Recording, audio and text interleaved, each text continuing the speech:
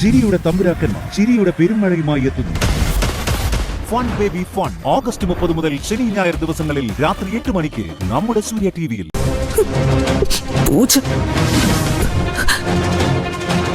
അനുദത്ത ബന്ധത്തില് വേറെ ആരാ ഉള്ളത്? പൂജ അവള് തന്നെ.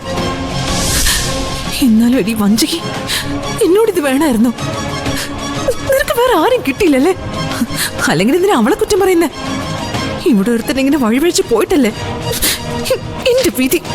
അല്ലാതെന്താ ഈശ്വര, ഞാനിത് എങ്ങനെ സഹിക്കും?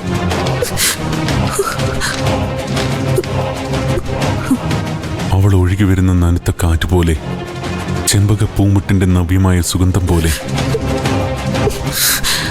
എന്റെ അരികിലേക്ക് പതിയെ നടന്നു വന്നു. വാടി വാ, തിന്നിന്ന് കൊല്ലൂടി.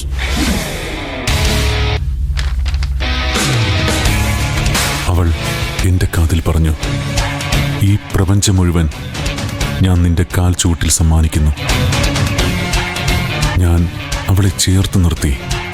എന്നിട്ട് തഴുകി തലോടി പറഞ്ഞു, പ്രിയമുള്ളവളെ, പകരം വെക്കാനൊന്നുമില്ലാത്തവനായി ഞാനിതാ നിന്റെ കാൽക്കൽ വീണ് പ്രണയശിലയായി പരിണാമപ്പെടുന്നു. ഈശ്വര, എന്റെ ഭർത്താവ് കല്ലായി പോയോ? ഞാനും അവളും ആ നിമിഷം ഒന്നായി മാറി.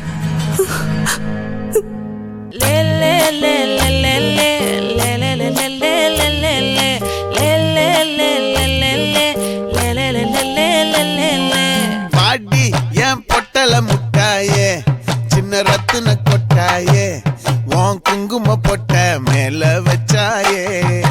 பாடா என் அம்புலி மச்சானே, என்ன அம்புல தச்சானே, என்ன கட்டி புடிச்சு தூங்க வச்சானே. ஊரில் கண்டதும் இல்ல யாரும் ஒன்னாட்டம், பாரி தந்ததும் இல்ல இந்த கண்ணாட்டம். ஜோடி கட்டுனதில்ல யாரும் ஒன்னாட்டம், போடி சந்திரம் உண்டு நள்ளிரவு விடியும் மட்டும். கெஞ்சிரனே, கிட்ட வந்து மிஞ்சிரனே, உன்னை தொட்டு கொஞ்சிரனே, என்னை விட்டு விலகி போகிறனே.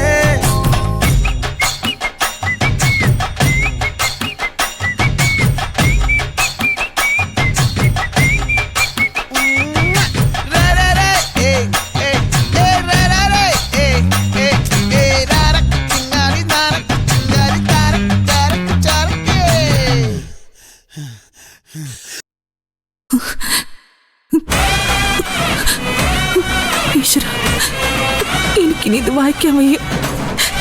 എന്റെ തല കറങ്ങുന്നു. എനിക്ക് ചുറ്റും ഭൂമി കറങ്ങ. ഈശ്വര, എന്നെ നിനക്കൊന്ന് കൊന്നു തന്നൂടെ?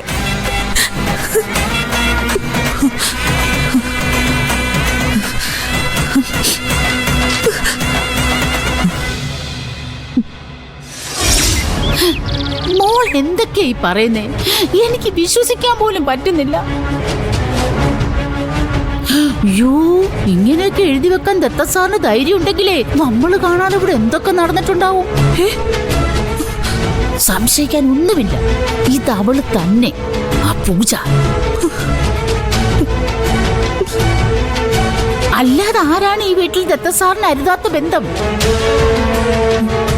അതുമാത്രമല്ലല്ലോ, വ്യക്തമായ തെളിവല്ലേ കിടക്കുന്നേ.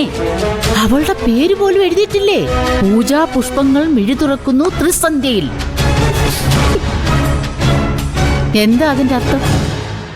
ആർക്കും മനസ്സിലാവാത്ത ഭാഷയിൽ പ്രേമലേഖനം എഴുതിയാൽ നമ്മൾ പിടിക്കില്ല എന്ന് വിചാരിച്ചോ?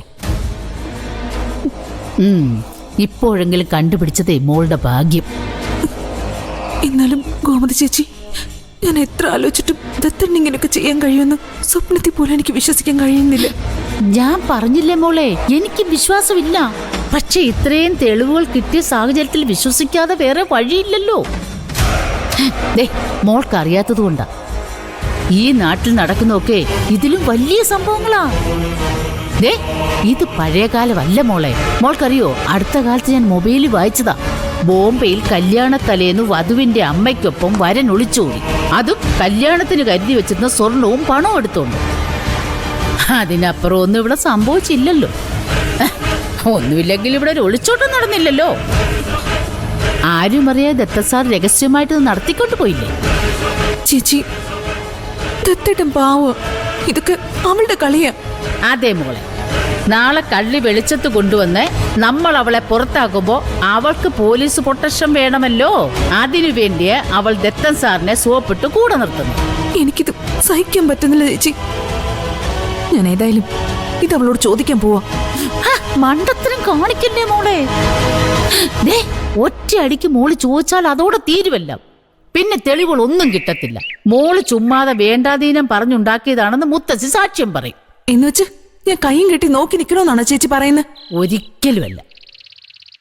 പക്ഷേ മോൾ ഈ കള്ളക്കളി പൊളിച്ചാൽ ആരാ അതിൽ പ്രധാന പ്രതിയാകുന്നേ?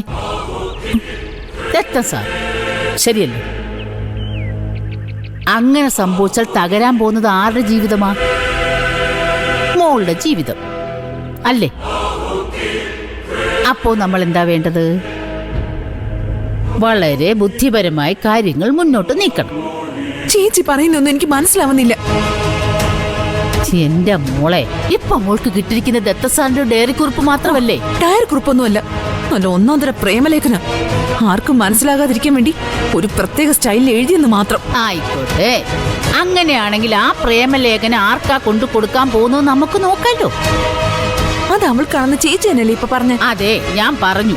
പക്ഷേ അത് അവളുടെ കയ്യിൽ കൊണ്ട് ദത്തൻ സാർ കൊടുക്കുമ്പോൾ നമ്മൾ കൈയോടെ പിടിച്ചാൽ അതോടെ തീർന്നില്ലേ എല്ലാം? എന്റെ മോളെ, ഇതുപോലുള്ള സന്ദർഭങ്ങളിൽ നമ്മൾ ഉപയോഗിക്കേണ്ടത് ശക്തിയല്ല, ബുദ്ധിയാണ്.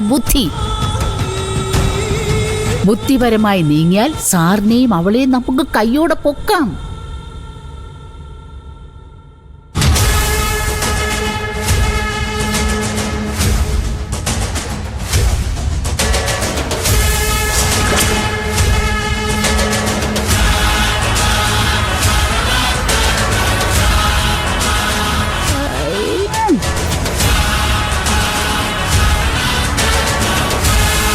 എനിക്ക് അത്രയും ബുദ്ധിയില്ല. ഇനി ഇത് സഹിക്കാൻ എനിക്ക് പറ്റില്ല. എന്തിനുള്ള പുറപ്പാടാ? എനിക്ക് അവളോട് ചോദിക്കണം, എന്റെ ഭർത്താവിനെ മാത്രമേ കിട്ടിയുള്ളൂ എന്ന്. കിട്ടിയുള്ളൂ അവള് പറഞ്ഞ എനിക്ക് ഞാൻ അവളെ കൊല്ലും, എന്നിട്ട് ഞാനും മരിക്കും. ദൈവമേ, ഈശ്വര ചതിച്ചോ? നിക്കടെ. നീ ഇത് എങ്ങോട്ടടി ഈ പാഞ്ഞു പറിച്ചു പോകുന്നേ? എന്റെ ചേച്ചി, ഓ, അപ്പൊ ഞാൻ നിന്റെ ചേച്ചി എന്നുള്ള ബോധമൊക്കെ നിനക്കുണ്ട്. പക്ഷെ നിന്റെ പ്രവൃത്തിയിൽ അതൊന്നും കാണുന്നില്ലല്ലോ.